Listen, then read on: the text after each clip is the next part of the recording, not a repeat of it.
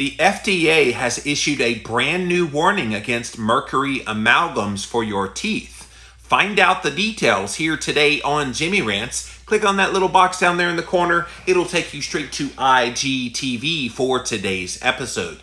JimmyRants.com is the website, and as always, you can engage live in the content. Go follow me. I'm over on Instagram. I'm at Living Low Carb Man, LIVINLOWCARBMAN. Once you're there, engage live. We are here Monday through Friday, 11 a.m. Eastern Time, so thank you so much for being here today. We also simulcast live over here on my Facebook page, so thank you guys for being here, as well as over on my YouTube channel. Thank you all for being here today on Jimmy Rants. If you missed the live, you can watch it on replay right here on Instagram. It goes up on IGTV. As soon as this is over, pops right up there. I put a few show notes in. It goes right on my main page of Instagram, so go check it out. If you missed the live, go watch it on replay. We also put it on replay over on YouTube. Just type in a keyword, Jimmy Rants. You will find the show. Today is Wednesday.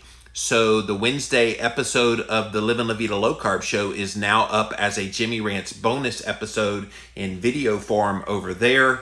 Dr. Lisa Coach is the name of the medical doctor I have on today, and we went all over the place. Lisa has a great personal story of how she overcame so many things in her health with a ketogenic diet and other protocols. She's a big fan of helping people improve their mitochondrial health. So if you're interested in kind of nerding out a little bit, she does go there. But we talked about all kinds of things, including some of the things related to COVID-19, some of the ways that 2020 has had us respond as humans. We went all over the place. So go watch that video to check out today's episode of the Living La Vida Low Carb show, or you can listen to it on the podcast later, llvlc.com, or wherever you listen to podcasts. And then finally, pop over to the official website for this show. It's at jimmyrants.com. And while you're there, you can see all the past episodes. You can also show your support either through the Patreon link or through a PayPal link, and really a donation of any amount would be greatly appreciated. Okay, guys, so today I want to talk about teeth. And specifically, those of you that have had your teeth worked on. Back in my early 20s, I was working as a runner in a law firm in Memphis, Tennessee. I graduated college at the age of 20. Remember, I've told you before, I got the heck out of the house as soon as I could, my abusive father. So at 17 and a half, I went straight to college. And I did summer, fall, spring, summer, fall, spring, summer, fall, spring, and graduated in 3 years, had my degree, my double major in poli-sci and English in 3 years, 20 years old, trying to figure out what I wanted to do with my life and still dealing with the trauma that I had dealt with my dad. And so here I am in Memphis, Tennessee, working for a law firm, basically as the schlub who takes all the things to the courthouse to get filed. And anyway, so because I was a part of a really nice law firm in downtown Memphis, Tennessee, I had really good health insurance, which included dental insurance. And I remember very vividly having some pain in my teeth, the back sides of my teeth. And I'm like, okay, I now have dental insurance. I can feel that there's maybe cavities back there. Let's go get it checked out. So I go see this doctor, nice African-American gentleman, and he took care of my teeth. But what did he do? He put mercury amalgams in there. Now, this was in the early 1990s. So in the early 90s, mercury amalgams were pretty much the standard of care when it came to dental care. And so I had a ton put in back here, up there, back here, back here. And the reason I had so much decay was because of my crappy garbage eating days. I used to chew when I was a kid. I used to chew on hard candy and then I'd leave it in there. I know it's so stupid now, but back then I was oblivious to what I was doing. I would chew hard candies and then just leave all that gunk up in there. And of course it was slowly fermenting and deteriorating the enamel on my teeth. But I was a kid, I didn't know. So by the time I was 20, 21, when I'm going to see this dentist, I'm having a whole bunch of mercury put in my mouth. Flash forward to about 8 to 10 years ago. I forget exactly when it was, but around 8 to 10 years ago, I was noticing this really horrible metallic taste in my mouth. Like extraordinary metallic taste. It was a smell, and it was emanating, I could tell, from those teeth that had the mercury in them. And I knew it was a combination of things. I knew it was leakage of the mercury, and it was also the infection because there were root canals. He basically did 4 root canals on me and filled them all up with this mercury amalgam stuff. And so I knew I had to get something done. So I went and saw a holistic dentist here locally in my area, and he was able to... Are you going to start all that again? Hush. I'm live. You can't go crazy on me. Yeah, is that the mercury in your mouth doing that to you? She always does this. Talks right in the middle of my show. Shut up, cat.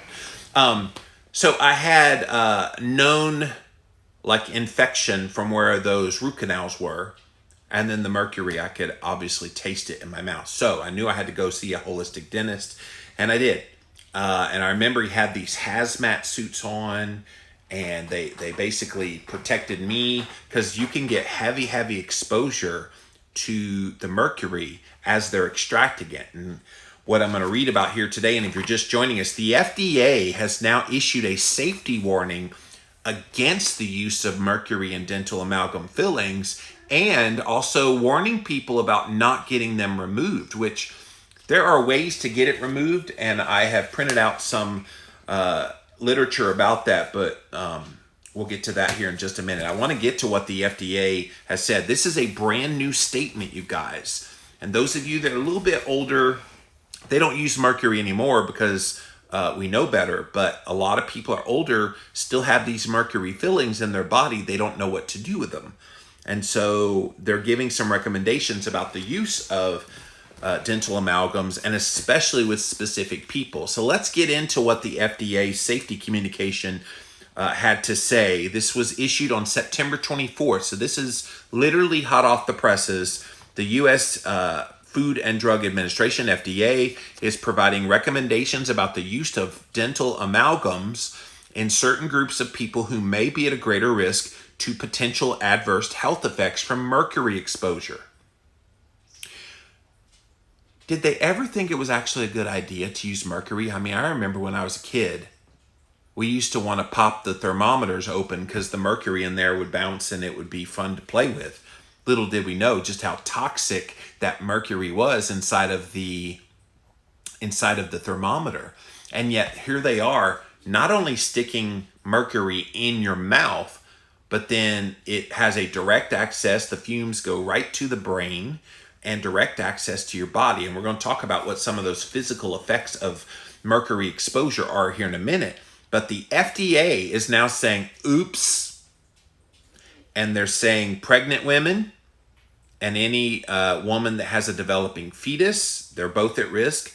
Women who are planning to get pregnant, these are all people at risk from mercury exposure.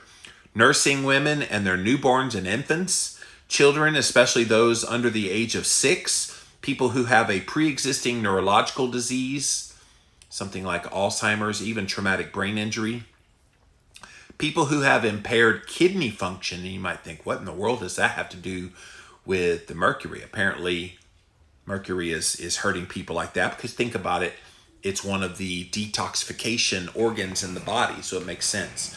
And people with a known heightened sensitivity, allergy to mercury or other components of the dental amalgam. So for over 20 years, the FDA has been reviewing, considering, and holding public discussions about the scientific literature and all the evidence on the safety of dental amalgams. Key among our findings are the uncertainties about the acceptable reference exposure levels of mercury gas, vapors, the potential for mercury to convert to other mercury compounds in the body, and whether the degree of the accumulation of mercury from dental amalgams results in negative adverse health outcomes. I will tell you, by the way, when I first, about a decade ago, started tasting the metallic taste and started having those smells coming from my mouth, I went to see a traditional dentist just around the corner here, the best dentist in the area, Dr. Mathis, but he's a traditional dentist. And I started telling him some of the issues and that I was concerned about the mercury. And he said, oh, you don't want to mess with the mercury. And I'm like, but if that's the causal factor in why I'm having this bad taste in my mouth, it was literally changing how food tasted to me. That's how strong it was. And he's like, no, you can't touch it. And I'm going, okay. So then I got the second opinion and I went and got the mercury amalgams removed from a holistic dentist. And then he cleaned up the infections in there from the root canals. And curious story, by the way, about what happened in 6 months after I had that done.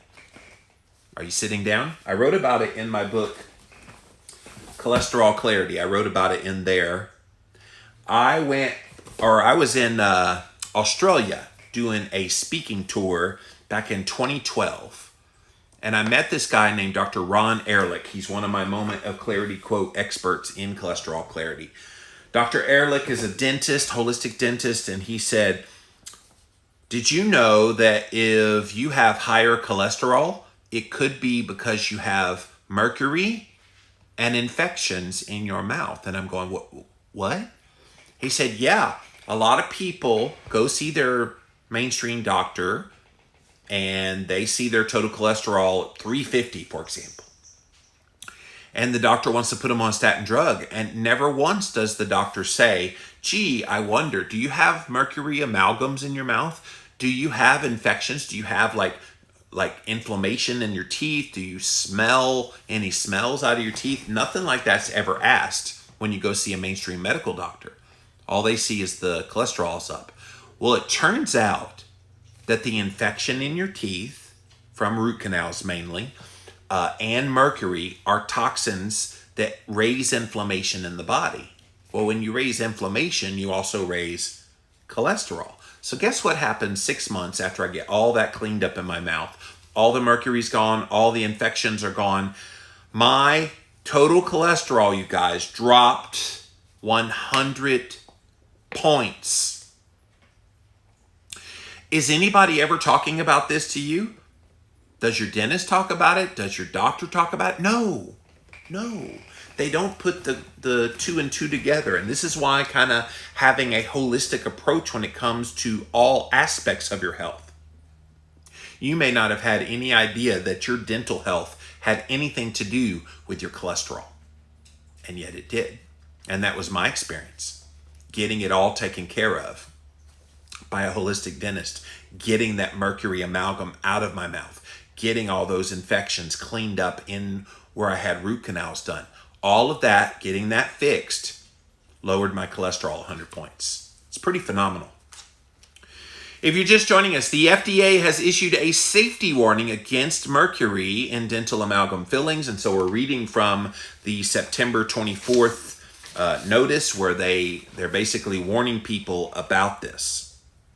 The FDA held a meeting of our dental products panel of the Medical Devices Advisory Committee back in 2010 and a meeting of the Immunology Devices panel in November of 2019 to discuss the uncertainties in the literature about mercury. Elemental mercury used in dental amalgams is known to cause adverse health effects, particularly when the extent of exposure is high in individuals who have a reduced ability to remove mercury from their bodies and in individuals who are sensitive to mercury. Well, think about it. Mercury is a heavy metal toxin. There is no need for mercury to be in your body whatsoever. And I think even to this day, even though I've had all of that cleaned out of my mouth, I think to this day, I'm still dealing with some of the ramifications of that mercury exposure. Because every time I bit down into food, every time I drank some hot soup or a hot liquid, all of that smell, all of that metallic taste would just get more and more intense. And I knew it was releasing that mercury into my body because those fillings were like in all four corners of my mouth. How could I avoid that exposure? Although the majority of evidence suggests exposure to mercury from dental amalgams does not lead to negative health effects in the general population, Little to no information is known about the effect this exposure may have on members of the specific groups that we listed earlier, who may be at greater risk of potential negative health effects on mercury exposure. Here's the thing. Mercury is not a normal element in the body. It is considered a heavy metal toxin. And so if you have it in your body in any way, it's going to have an impact on your health. And this is a warning to anybody that's ever had mercury fillings. Not trying to scare you, but I am trying to inform you. And the more informed you are, the better choices you can make. Maybe you've struggled in your health. Maybe you're starting to have funky tastes in your mouth and you don't know what's going on. It could be the mercury in your amalgam. Accordingly, the FDA recommends that non-mercury restorations, the fillings such as composite resins and glass enomers, cements, be used. I think that's the one I got, is the glass ionomer cement when possible, and then in people who may be at highest risk for adverse health effects from the mercury, which I say is everybody. They want to talk about this at-risk group of these, 8 or 9 groups of people. I think anybody would be susceptible because, again, there's no healthy amount of mercury that needs to be in the body. It is a heavy metal toxin that should be removed. The FDA does not recommend anyone, this is the part I disagreed with them on. The FDA does not recommend anyone remove or replace existing amalgam fillings that are in good condition unless it's considered medically necessary by a healthcare professional who says you have a documented sensitivity to the mercury material. Removing intact amalgam fillings may result in a temporary increase in exposure of mercury vapor released during the removal process, in addition to the potential loss of a healthy tooth structure.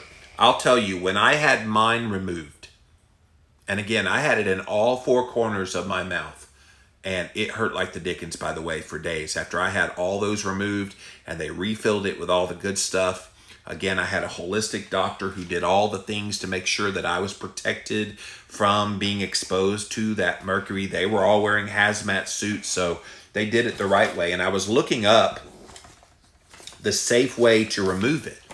So the FDA probably doesn't approve of this method, but if they already know you've got problems with mercury and it's already causing issues, and we could talk about what those are right now, and then I'll get into the safe removal before we go back to what the FDA was saying.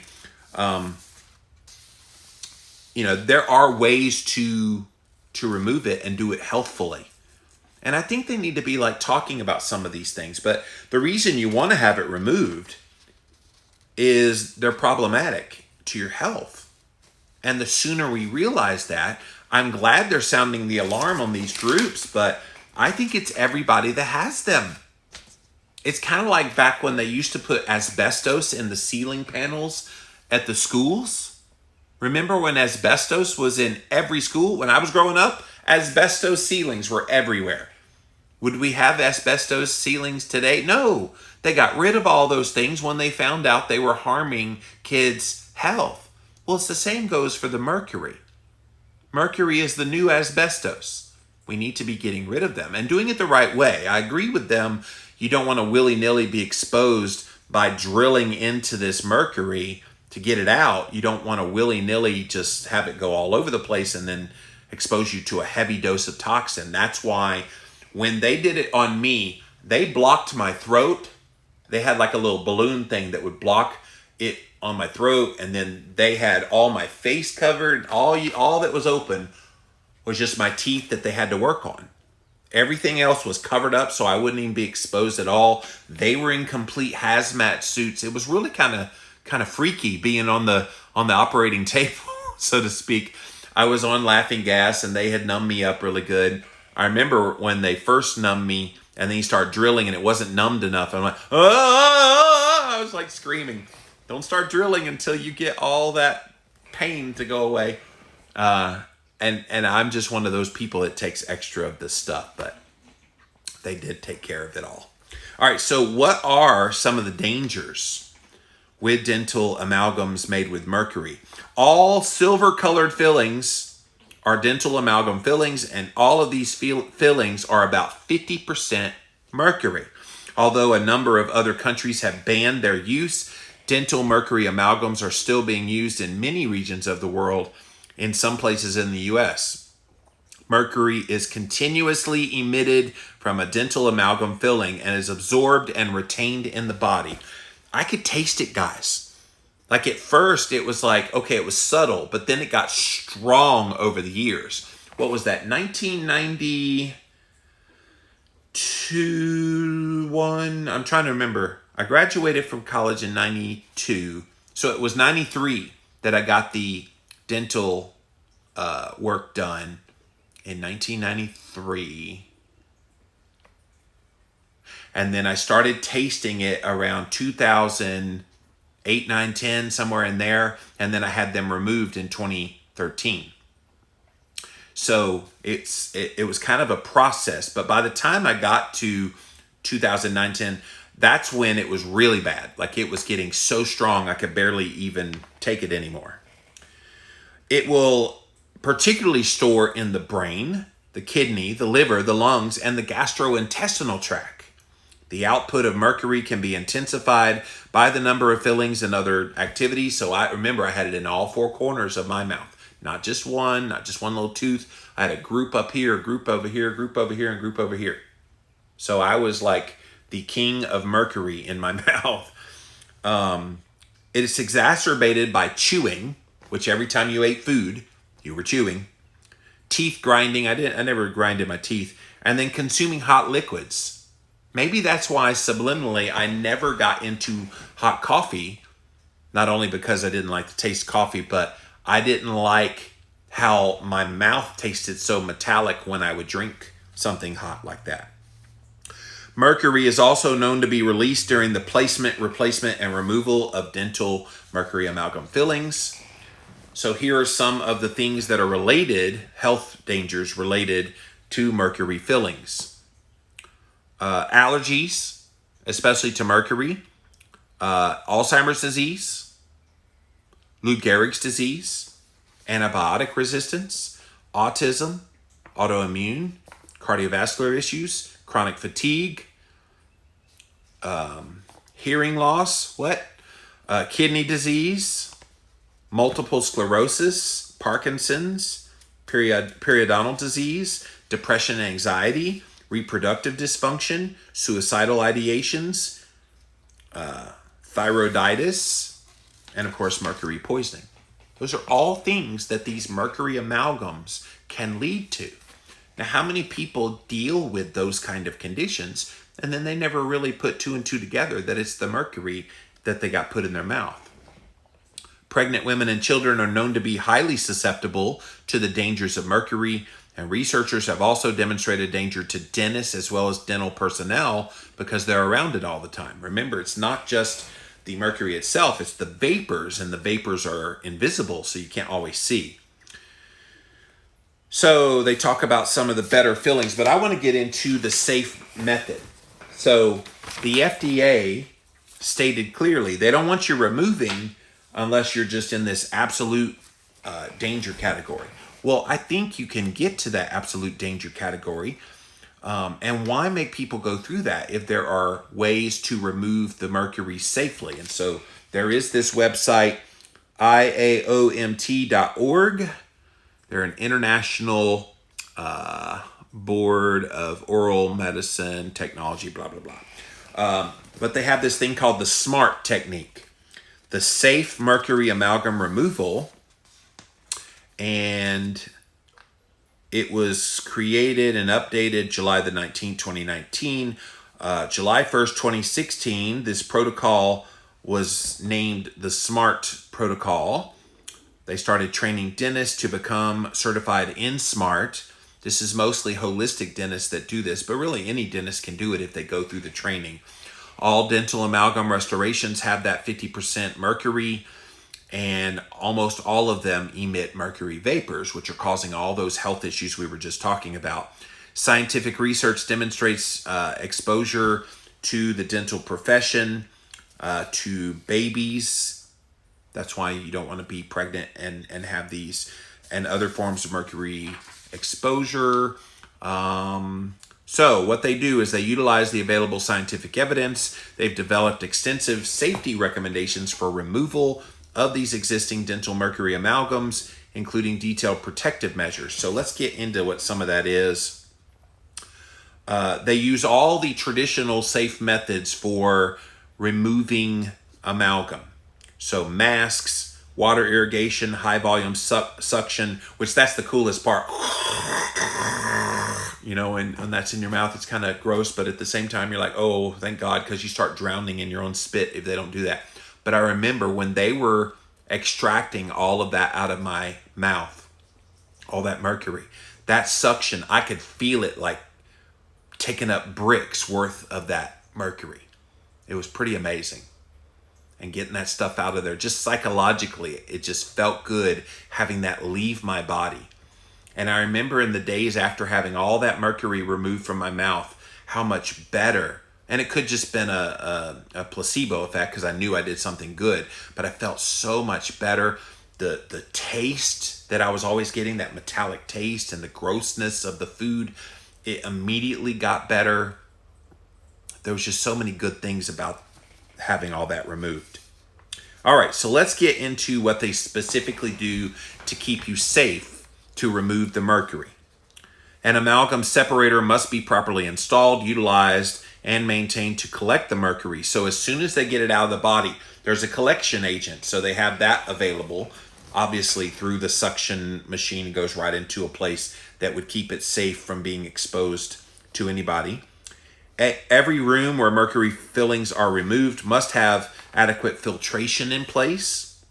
So a high volume air filtration system, such as a oral aerosol vacuum, capable of removing the vapors that are in the air and amalgam particles generated during the removal of one or more mercury fillings. That was cool because I was laying down on the operating table and they were in there, and yeah, up there you could see all of this suction. It was almost like, you know, you could feel yourself getting pulled up. It was sucking so hard because anything that got emitted into the air, remember, they're all wearing hazmat suits. I'm completely covered up except for my mouth, and they even covered my throat so I don't get exposure to it that way. And if it goes up, then it's getting sucked up into that system. If possible, windows should be open to reduce the mercury concentration in the air. I don't remember the windows being open, but it was a well-ventilated room we were in. The patient will be given a slurry of charcoal, chlorella, and similar absorbent to rinse and swallow before the procedure, unless the patient declines if they have a contraindication. Protective gowns and covers for the dentist, dental personnel, and the patient must be in place. So, like I said, they had me completely covered, like from my mouth up, like it was covering my nose, all of this. Like I couldn't even see what they were doing. They had me so covered up, and then they had a balloon that kind of like blocked the back of my throat. I was still able to breathe because they stuck like a little oxygen thing behind the balloon so I could still breathe. But it was really elaborate the way they tried to protect me from being exposed to all that mercury. All present in the room must be protected because substantial quantities of particles generated during the procedure will elude collection by suction. It's been demonstrated these particles can spread from the patient's mouth to the hands, to the arms, to the face, to the chest, and all parts of the body. So again, that's why they were in hazmat suits. That should tell you something. If the dentist is in a hazmat suit to protect themselves from what they're taking out of your body, is that not clue number one that this is pretty bad stuff? And if they're taking that kind of precaution to protect themselves, what was all that release of mercury in my mouth that caused the metallic taste, that had the weird smells? What was that doing to me? And I often think about this as, I always try to like put two and two together. Why do I still have some challenges with my weight? Why do I still have, various little nuances of things that I notice? And I wonder how much that exposure to the mercury had an impact. I don't know. I'm just like theorizing that there are certainly things in place that could be challenges that you're not even thinking about like this. So non-latex nitrile gloves utilized by the dentist and all dental personnel. That's pretty standard. Face shields and head coverings by the dentist and all personnel. Like I said, they were in hazmat suits. Either a properly sealed respiratory grade mask, which is those N95 masks, to capture mercury or positive pressure. Positively sealed mask providing air or oxygen must be worn in order to protect the patient's skin and clothing. A full body impermeable barrier as well as a full head, neck, face barrier under and around need to be utilized. They had me wrapped up like a burrito. Like literally every part of my body was covered up completely except for this area. And again, they put like a balloon behind the mouth area so that none could go backwards. And then they stuck an oxygen little thing so I could breathe that way and get extra oxygen so I'm not passing out because I'm not getting enough oxygen. Let's see. External air or oxygen delivered, like I was just talking about, through a mask for the patient to assure that you do not inhale any of the mercury vapors. A nasal cannula is acceptable alternative for this purpose. A dental dam that is made with non-latex nitrile material placed and properly sealed. That's that balloon that I was talking about in the back of the throat. A saliva ejector must be placed under the dental dam to reduce mercury exposure. So yeah, they were literally sucking constantly. During amalgam filling removal, the dentist must utilize an oral aerosol vacuum in close proximity, 2 to 4 inches from the mouth to mitigate mercury exposure. Like literally they were doing everything they could. Because it is risky when you start drilling into mercury, all that's going to get in the air. And it's a very sophisticated. If you don't trust that your dentist knows how to do that properly, find a holistic dentist. They do this all the time. This is what they are trained to do. Now, I will tell you, that weren't cheap. I want to say my whole mouth, getting it all taken care of, was over 10 grand. But it was 10 grand so worth it to me. And it's peace of mind now that I don't have to worry about that anymore. Now at the age of 48, I don't have to worry about an untimely chronic disease developing because I still had mercury in my mouth. High-speed evacuation produces better capture when fitted with a cleanup device, which is not mandatory but preferred. Copious amounts of water that reduce heat, because when they're drilling, that's causing a lot of heat. And of course, mercury under heat causes it to be even more vaporous, and so lots of water. A conventional high-speed evacuation device to suck all that stuff out. The amalgam needs to be sectioned into chunks and removed in as large a chunks as possible. Like I said, as they were removing it, I could hear going through the suction thing. I could hear the big chunks going out. I could feel them in the parts of my mouth that weren't numb. I could feel them in there. Once the removal process is done, the patient's mouth should be thoroughly flushed with water, then charcoal, chlorella, and other adsorbents.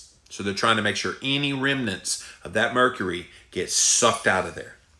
Dentists must comply with all federal, state, and local regulations on proper handling of the mercury, and during the opening and maintenance of suction traps and operatories on the main suction unit, dental staff should utilize the appropriate personal protection, PPE, basically. So that's the smart way to get rid of the mercury amalgams, despite what the FDA has issued in their report. At this time, the FDA does not find the available evidence supporting a complete ban on the use of mercury in dental amalgams. FDA, you're a bunch of friggin' idiots. You're going through all this painstaking warning of these people and these people groups that are at most at risk. I would argue it's all people, but they listed a group of people at the beginning of this Jimmy Rants. I shared what they were. And they're sitting here pretending, oh, it's still good, oh, it's okay, so keep using mercury. If you are going to see a dentist and you have to have a filling for some reason, there are enough composite type materials now that are non-mercurial. It's stupid to get mercury now. It really is. There's too many great materials that could be used. And now I have, in all 4 of those corners where the mercury used to be, I have very good material. I'm licking on them now. I can feel them in there. They've been solid for me. Haven't had any trouble with the teeth chipping away. Of course, keto helps with that because I don't eat the way that I got those bad fillings or bad cavities that needed filling to begin with many years ago. I don't eat that way anymore. So that helps maintain the good health now. But I am so glad in hindsight that I did do it. And there's no way you could ever convince me or anybody I love to get mercury in their mouth again. The weight of the existing evidence does not show exposure to mercury from dental amalgams leads to any adverse health effects in the general population. Well, the problem is you don't know that. And in the absence of knowledge, one way or the other, you don't default to, well, I guess it's okay, when we know there are certain groups that don't do well with it. This is the frustration with the FDA, by the way, and this isn't the first time I've had trouble with the FDA, but oh my goodness, mercury is bad. Oh my goodness, we need to be careful with mercury amalgams, but we really don't have any evidence against it. So, like, that doesn't help anybody. Its longevity is better than that of alternatives, so that's the reason they use it. It lasts longer in the teeth. I've had these materials in my mouth now for the past 7-8 years. And like I said, they're solid in there. I've had no problems with this material. I think it was the cement material that they put in there. No problems at all. No weird taste around it. No metallic taste. No nothing that's causing me problem. So I don't know why they have to continue to insist upon something that is a known toxin in mercury. In addition, a ban on amalgam may result in deferred or no treatment and have unintended health implications, especially in the communities where there's limited availability of alternative materials. So making the materials more available. That's solvable. If we're going to play the, well, we don't have anything else, so that would be like in a food desert, somebody decides to drop a big, huge crater box full of rat poison. Okay? All right, guys, come on. We got donut-shaped rat poison for you. Come on. Grab them all you want. Just eat up. Eat up. That would be irresponsible, right? Well, that's what you're doing when you're allowing people to have mercury and not warning them of the toxicity that it's putting on their body. And the main thing it does is it raises the inflammation. And raising the inflammation raises cholesterol. And when cholesterol is raised, it can cause issues all throughout the body to get all off. And if your vitamin D levels are low, the cholesterol can't necessarily go where it needs to go, and you put your body in a very precarious position. And if we're about optimizing health, we don't want to put anything in the body that's going to be the antithesis of health. Right? So, recommendations for patients and caregivers about the use of dental amalgams. Be aware, and they talked about all these groups before, I won't mention them again, but be aware of all those groups we mentioned earlier in the Jimmy Rants. And if you're an individual in one of these groups, the FDA recommends that alternative non-mercury materials like composite resins or glass ionomer cements, that's the one I have, be used when possible and appropriate. Be aware the durability of any tooth filling depends on many factors besides the tooth filling material. To help your teeth and fillings last as long as possible, maintain a healthy diet. Again, that's code for low-fat diet. I would say maintain a healthy, non-sugary and turns to sugary diet. So that would be a low-carb ketogenic diet. Because anything that's starchy, grainy, sugary, they're all going to be problematic on your teeth. You should maintain proper oral hygiene. That's kind of, well, duh. And then have regular dental checkups. You should also discuss treatment options, including all the associated benefits and risks of using amalgams with your dentist. And then the recommendations for dental health providers on dental amalgams. So this is what they're telling dentists that they should be doing when it comes to treating their patients as it relates to amalgams. So they have a whole recommendation for the use of dental amalgams on their website. FDA does. Discuss the risks and benefits with your patients. And I encourage you to share the information from the FDA with your patients prior to any consent to treatment. When discussing dental amalgams, avoid using the term silver filling. Well, that is what they've been called traditionally, as this may imply the filling is made from silver and does not accurately convey the mercury component. Well, you can say, you know what, we're going to put those silver fillings in there. Now, keep in mind, half of that is mercury.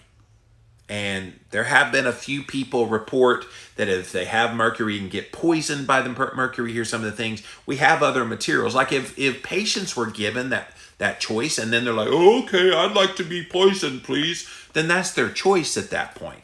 But if you tell them, hey, I'm going to put this material in here, the silver filling, and it's got half mercury in there, I think people would be like, whoa, I've heard a lot of bad things about mercury. When using an amalgam, again, talking to the dentist still, use encapsulated amalgam. Avoid bulk elementary mercury to minimize occupational exposure. Avoid placing it in direct contact with other fixed or removable metallic devices. And then use mercury hygiene best practices to minimize the patient's exposure to the vapors. How about this? How about we stop using mercury amalgams? Why is this hard? Why are we putting a neurotoxin in people's bodies that's causing all those things that I talked about earlier? If you came in late to Jimmy Rants, go back and watch this one again. All those people that have that mercury filling, and this is personal to me, you guys, because I had mercury in all four corners of my mouth put in when I was in my early 20s. And thank God it was right around my late 30s, early 40s, when I finally had all of that mercury removed from my mouth, because I was tasting metal and I was having weird smells. I would bite down on food and I could literally smell vapors coming out of my mouth. It was gross, I know. And so this is very personal to me. And the FDA has now finally at least recognized that there's challenges with mercury, and yet they're still recommending it. It makes no sense at all. So they go over the potential health effects of mercury exposure. Now, I mentioned it from that other website. Let's see what they have to say. It is a known toxicant to the nervous system, and long-term exposure to high doses of mercury, such as occurs in an occupational setting, may be associated with mood disorders like anxiety, depression, irritability, sleep difficulties and disturbances, fatigue, feeling tired, memory troubles, disturbances, tremors, difficulty with coordination, visual changes, changes in hearing, and kidney damage. They know all of those things are happening with mercury, and yet still they're saying, oh, I guess, Dennis, y'all can use this because we know it's widely available and it lasts the longest. When you know better, FDA, you do better, and you don't keep recommending something that you know is causing problems in the health of the people that's using it. It is irresponsible. The concentrations of mercury vapor released from dental amalgams are very low compared to those typically associated with toxicity. Well, there is this thing called low-level toxicity. I mean, all right, let's put it this way. Let's have low poop in our food, okay? You want to have just a little bit of poop. It's not like having a big old turd for a steak. It's just a little bit of poop spread on top of that steak like butter. Are you getting exposed to the poop? Of course you are. So let's stop it with the toxicity load is not nearly as bad. Yeah. Stop it. Just stop it. Sometimes I just wonder, do they think we're that stupid that we can't read through between the lines? Over more than 2 decades, the FDA and other public health agencies have conducted a number of scientific data related to the potential health effects of dental amalgams, and they have generally arrived at the same conclusion that the weight of the evidence, blah, blah, blah, blah, blah. Okay. All right, so then they go into the differences between mercury and using resin-based composites. It's pretty good. All right, so that's the bottom line, guys. They finally acknowledge that mercury is a problem when it comes to these dental amalgams. And again, if you joined us late, I had mercury amalgams in all four corners of my mouth. Put in there when I was 21 years old. I had pretty much free dental care working for a law firm in Memphis.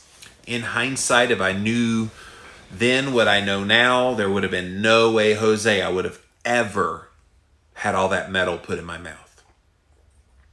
And that was also about the time I started gaining weight for the first time. Of course, I was going through other stuff. I was recovering from childhood trauma, and I was eating to, I was looking over my shoulder and all that. So you kind of have to like factor in all these things. But how much of an impact did this mercury have on me? And it wasn't until, like, I started Atkins at 32. It wasn't until about 7-8 years later when I finally started trying to deal with this and getting better materials put in. And while I was able to lose weight in 2004, I have struggled with weight in the years that have followed. And I wonder how much of that was maybe some of the lingering effects from this mercury. It's just all things to think about. Like, we always want to put, if you have weight on the body, it's a diet problem. It's not always a diet problem. And like I mentioned earlier, when I got all of that mercury out of my body, when I replaced it with composite, when we cleaned up all of those root canals and everything, my total cholesterol level dropped by 100 points. And so there's certainly a connection to your total health with what's happening in your dental health. And hopefully this Jimmy Rants today warning about mercury kind of puts on the radar screen something maybe you had not thought about before in your total health. So, all right, let's see what you guys have to say. We're going to come over here first to you guys here on Instagram, then over to Facebook, finally over to YouTube. Thank you all for being here today on Jimmy Rants. JimmyRants.com is the website. See what you have to say. Richard says, you're the man. No, you're the man, Richard. Appreciate you, man. Richard says, I have the cement in my mouth, also refuse the fluoride rinse. The staff always looks at me like I'm an idiot when I refuse. Yeah. There's a lot of things about the dental profession that are just as frustrating as the mainstream medical health system as well. But thank you for your comments, Instagram. Let's pop over here now to my Facebook page. What's up, Facebook? See what you have to say. Loving the beard, says Lisa. Well, thank you. I've been working on it pretty good. Try to keep it clean, but it is what it is. Cheryl says, finally, after all these years, yeah, it took them long enough, but they're still not full-fledged saying, no, don't ever use mercury. I wish they got there, but at least they're recognizing for pregnant women, women who want to get pregnant, nursing women, the children under the age of 6, people with neurological disease, people with impaired kidney function, and people with a known allergy and sensitivity to mercury. Those are the people they think need to avoid this. And I'm thinking, okay, what is that in America? Of the 330 million people, that's what? 60, 70 million people? Why not make it across the board everybody? I don't know why they need to use mercury at all when we have all these better materials now. Why do I need x-rays all the time, says Kira. yeah, trust me. The dental industry is almost as bad as the mainstream medicine industry, Kira. All right, thank you, Facebook. Let's see what YouTube has to say. Hey, guys, what's going on? Craig says, I often get the metallic taste in my mouth. I just assumed that was acetone from keto. Is there a cheap way to tell the difference? Do you recommend any specific devices to measure acetone? Well, I do have an acetone measuring device that I use. BioSense is this little meter here, and you blow into it. But if you have mercury amalgams, I would just assume, Craig, that metallic taste is because you shouldn't have the metallic taste from ketones longer than a couple weeks. It doesn't stick around. Once you're keto adapted, that tends to go away. Currently drinking coffee and tasting metallic. Yes, dude, if you have mercury in your teeth, I would highly recommend you try to find a holistic dentist and get this taken care of. Kim says, I've already picked out a biological dentist in my area to have this done. Luckily, I no longer have a mercury filling, but I do have 2 root canals. Oh, I know all about the root canals. I had 5 root canals done.